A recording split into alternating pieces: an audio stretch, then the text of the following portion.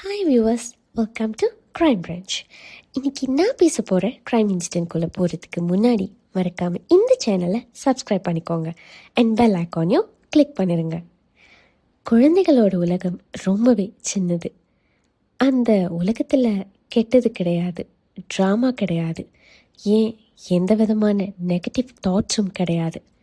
அப்படிப்பட்ட அந்த சின்ன உலகத்தை பார்த்து வளர்ந்துட்டு வர அந்த தருணத்தில் அந்த குழந்தை பார்க்குற எல்லா விஷயங்களையும் நல்லதுன்னு மட்டும்தான் நம்போம்.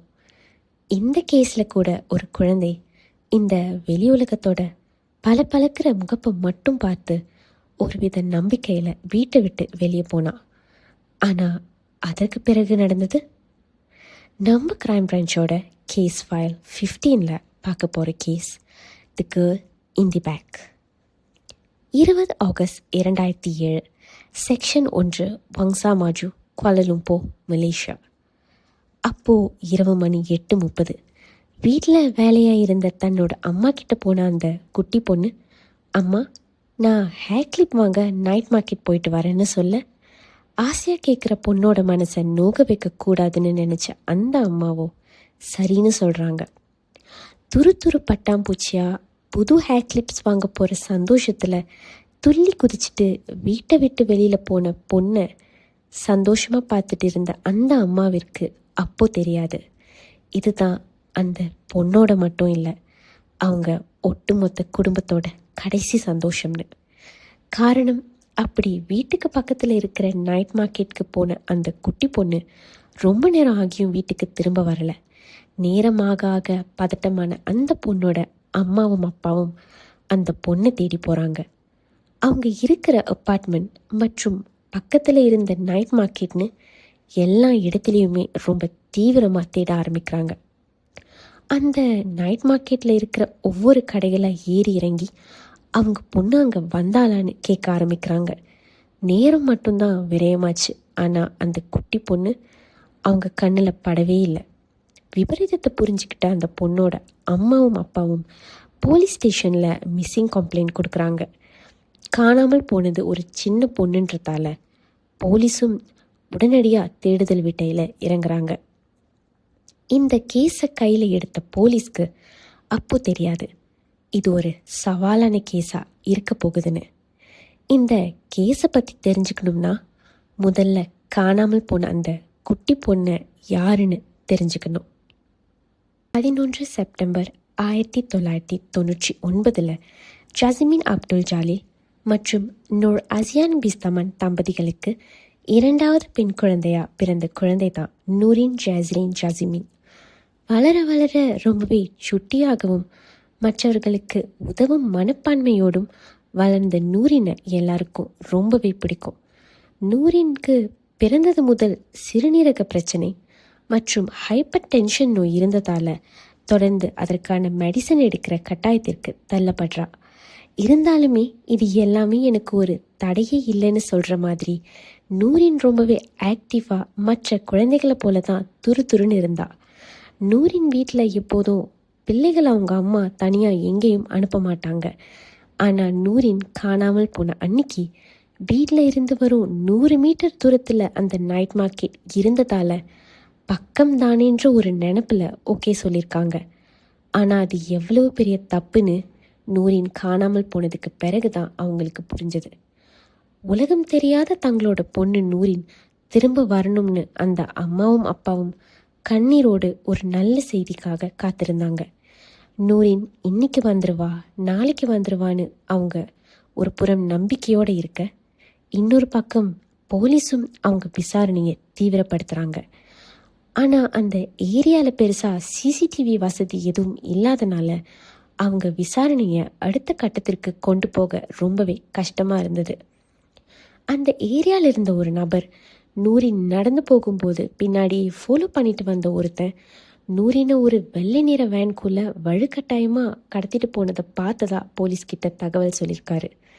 அந்த தகவல் படி பார்த்தா நூரின் தனியாக எங்கேயும் காணாமல் போகலை, அதற்கு மாறா கடத்தப்பட்டிருக்கான்னு உறுதியானது. போலீஸ் 300 வாலண்டியர்ஸோடு சேர்ந்து ஒரு மிகப்பெரிய சர்ச் ஆப்ரேஷனை நடத்துகிறாங்க.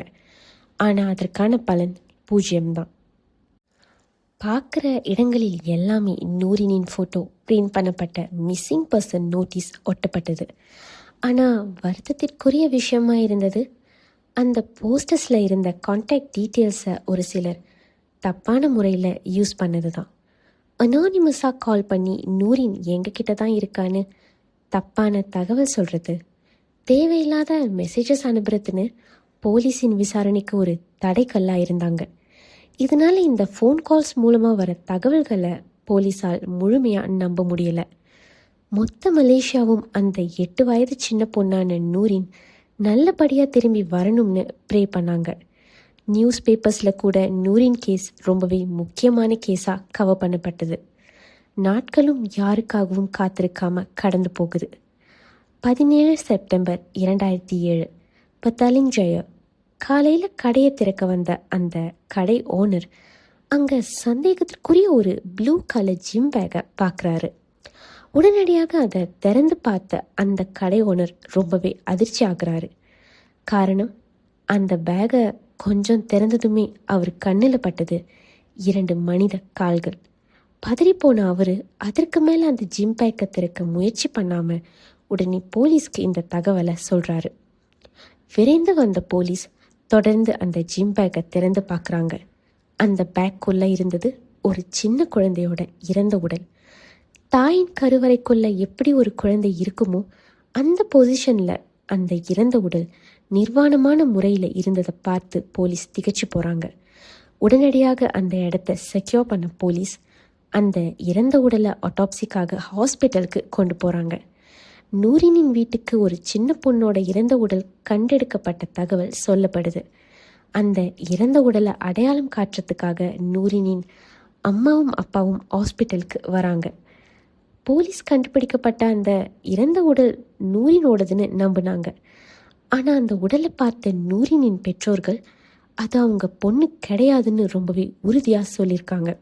காரணம், நூரினின் உடலில் இருந்த எந்த ஒரு பர்த் மார்க் மற்றும் அடையாளங்களும் அந்த இறந்த உடலில் இல்லைன்னு சொன்னாங்க. அந்த இறந்த உடல் ரொம்பவே சிதைக்கப்பட்ட நிலையில தான் இருந்தது. முகமும் அடையாளம் காண முடியாதபடி இருந்ததால் போலீஸாராலேயும் எந்த ஒரு முடிவிற்குமே வர முடியலை. அப்போதான் டாக்டர்ஸ் அந்த உடலின் ஆட்டாப்சி ரிப்போர்ட்டை சப்மிட் பண்ணுறாங்க. கூடவே நூரின் பெற்றோர்களின் டிஎன்ஏ சாம்பிள்ஸோட மேட்ச் பண்ணப்பட்ட அந்த இறந்த உடலின் டிஎன்ஏ டெஸ்ட் ரிப்போர்ட்டையும் தான். டிஎன்ஏ டெஸ்ட் ரிப்போர்ட்டில் வந்த ரிசல்ட் பாசிட்டிவ். அதாவது கண்ணுக்கு கண்ணாக வளர்த்த அவங்களோட 2வது பொண்ணான நூரினின் இறந்த உடல் தான் அங்கே அடையாளம் கூட காண முடியாத அளவிற்கு சிதைக்கப்பட்டிருக்குன்ற உண்மை அவங்கள நிலைக்குலைய செய்தது. அது மட்டும் இல்லாமல் நூரினின் ஆட்டாப்சி ரிப்போர்ட்டை தெரிஞ்சுக்கிட்ட அவங்களால கதறி மட்டும்தான் அழ முடிஞ்சது. இந்த ரிப்போர்ட்டில் இருந்தது, நூரினின் இறந்த உடல் கண்டுபிடிக்கப்படுறதுக்கு குறைந்தது ஒரு 6 மணி நேரம் முன்னாடி தான் இறந்து போயிருக்கா. நூரின் கழுத்தில் நெரிக்கப்பட்ட தடயங்கள் இருந்திருக்கு.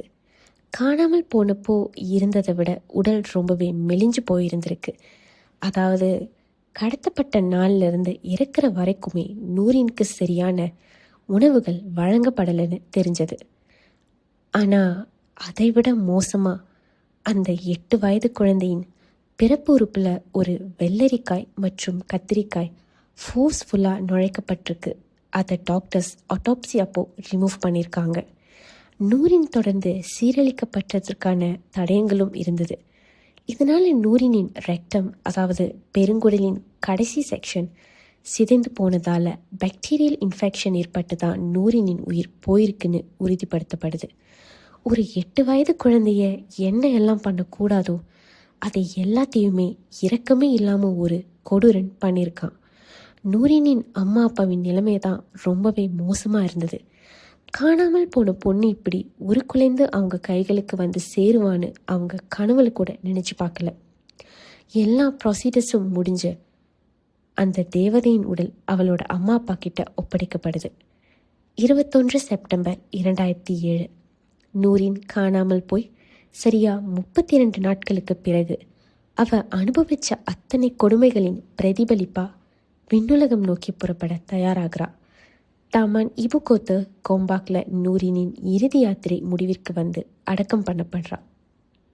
மலேசியன் போலீஸ் ஃபோர்ஸ் நூரினின் கேஸ்க்காக ஒரு தனிப்படை அமைத்து குற்றவாளிக்கான தேடுதல் பணியில் இறங்குறாங்க. இந்த கேஸ் சம்மந்தப்பட்ட க்ளூ தரவங்களுக்கு ரிவார்ட்ஸும் அறிவிக்கப்பட்டது. ஆனால் எந்த ஒரு முன்னேற்றமும் இல்லை. போலீஸ்கிட்ட அப்போதைக்கு இருந்தது ஒரே ஒரு க்ளூ மட்டும்தான். அது நூரினின் இறந்த உடல் கண்டுபிடிக்கப்பட்ட கடையின் சிசிடிவி கேமரா ஃபுட்டேஜஸ். அந்த ஃபுட்டேஜில் ஒரு மர்ம நபர் மோட்டார் பைக்கில் இருந்து ஒரு பேகை அந்த கடை முன்னாடி வச்சுட்டு போனது அந்த ஃபுட்டேஜில் தெரிஞ்சது. ஆனால் துரதிருஷ்டவசமாக அந்த சிசிடிவி கேமரா குவாலிட்டி ரொம்பவே மோசமாக இருந்ததால் அந்த சஸ்பெக்டின் முகம் மற்றும் மோட்டார் பைக் நம்பர் பிளேட் இரண்டுமே ரொம்ப பிளராக தான் தெரிஞ்சது. அந்த ஃபுட்டேஜின் பிளர்னஸை கிளியர் பண்ண போலீஸ் ரொம்பவே ட்ரை பண்ணாங்க. ஆனால் அது தோல்வியில் தான் முடிஞ்சது. 28 செப்டம்பர் 2007 போலீஸ் 4 ஆண்கள் மற்றும் ஒரு பெண்ணை நூரினின் கேஸ்க்காக சந்தேக அடிப்படையில் கைது செய்கிறாங்க. அவங்களோட டிஎன்ஏ சாம்பிள் மூலமாக இந்த கொலையில் அரெஸ்ட் பண்ணப்பட்டவங்களோட பங்கு இருக்கான்னு டெஸ்ட் பண்ணதில் ரிசல்ட் நெகட்டிவ். அவங்கள மேற்கொண்டு விசாரித்ததில் எந்த விதமான எவிடன்ஸும் கிடைக்காதனால அந்த 5 பேரும் விடுதலை செய்யப்படுறாங்க. நாட்களும் கொஞ்சம் கொஞ்சமாக நகர ஆரம்பிக்குது. நூரினின் கேஸ் ஒரு கோல் கேஸாகவும் மாறுது. குவாலலம்பூர் போலீஸ் யூனிட் குழந்தைகளுக்கு எதிரான வன்கொடுமைகளுக்காக D11ங்கிற புது யூனிட்டை உருவாக்குறாங்க. டத்தோ கிறிஸ்டோஃபர் வான்சுக்கி இந்த பிரிவிற்கு கீழ் மொத்தம் 101 பெண் காவல்துறை அதிகாரிகள் நியமிக்கப்படுவாங்கன்னு சொல்கிறாரு. 2018 நூரினின் தந்தை ஜாசிமின் அட்வான்ஸ்ட் டெக்னாலஜி மூலமாக தங்களோட பொண்ணை கொலை செய்த குற்றவாளியை கண்டுபிடிக்க சொல்லி காவல்துறைக்கிட்ட கோரிக்கை விடுக்கிறாரு. போலீஸுமே நூரினின் கேஸ் குற்றவாளியை கண்டுபிடிக்கும் வரை கேஸ் க்ளோஸ் பண்ணப்படாதுன்னு உறுதியளிச்சிருக்காங்க. இந்த கேஸ் பர்சனலாக நான் ஸ்கூல் படிக்கும்போது ஃபாலோ பண்ண கேஸ். நூரின் திரும்ப நல்லபடியாக கிடைக்கணும்னு நம்பினேன். ஆனால் கடைசியாக நூரினின் இறந்த உடலின் ஃபோட்டோவோடு வந்த அந்த நியூஸ் பேப்பரை நான் இன்னும் மறக்கலை. நூரினின் ஒரிஜினல் ஃபோட்டோவிற்கும் இறந்த பிறகு எடுக்கப்பட்ட ஃபோட்டோவிற்கும் நிறைய வித்தியாசங்கள். அந்த சின்ன பொண்ணு எவ்வளவு கஷ்டத்தையும் கொடுமைகளையும் அனுபவிச்சிருப்பாங்கிறதுக்கு அந்த ஃபோட்டோஸ் தான் சாட்சி. இதோடு சேர்த்து நூரின் கொலை செய்யப்பட்டு 18 வருடம் ஆகுது. ஆனால் அதற்கு காரணமான அந்த சைக்கோபாத் பிடிபடவே இல்லை. ஒருவேளை நூரின் அன்னைக்கு கடத்தப்படாமல் இருந்திருந்தா நிச்சயமாக இப்போது தனக்குன்னு ஒரு குடும்பம் குழந்தைன்னு சந்தோஷமாக வாழ்ந்துட்டு இருந்திருப்பா. இப்போ வரைக்குமே நூரினின் குடும்பம் அவங்கள மறக்கலை. தங்களோட பொண்ணை இந்த அளவுக்கு சிதைச்சு உருக்குலைச்ச அந்த கொடூரனை கண்டுபிடிச்சு அவளுக்கான நீதியை வாங்கி தரணும்னு தான் நூரினின் குடும்பம் இன்னும் முயற்சி பண்ணிட்டு இருக்காங்க. இப்போ வரைக்குமே நூரினின் கொலை வழக்கு மலேசியாவின் one of the most notorious cold கேஸாக பார்க்கப்படுது. இந்த உலகத்தில் குழந்தையாக இருந்தாலும் சரி, குமரியாக இருந்தாலும் சரி, ஏன் வயது முதிர்ந்து போன பாட்டியாக இருந்தாலும் சரி, அவங்களுக்கு எதிராக நடத்தப்படுற வன்கொடுமைக்கு பெண் என்ற பேர் மட்டுமே போதும். வயது வித்தியாசம் தேவை கிடையாது. ஸோ வியூவர்ஸ், இன்றைக்கி வீடியோ எப்படி இருந்துச்சுன்னு மறக்காமல் கமெண்ட் பண்ணுங்கள். நெக்ஸ்ட் வீடியோவில் மீட் பண்ணலாம். டில் தென், குட் பை.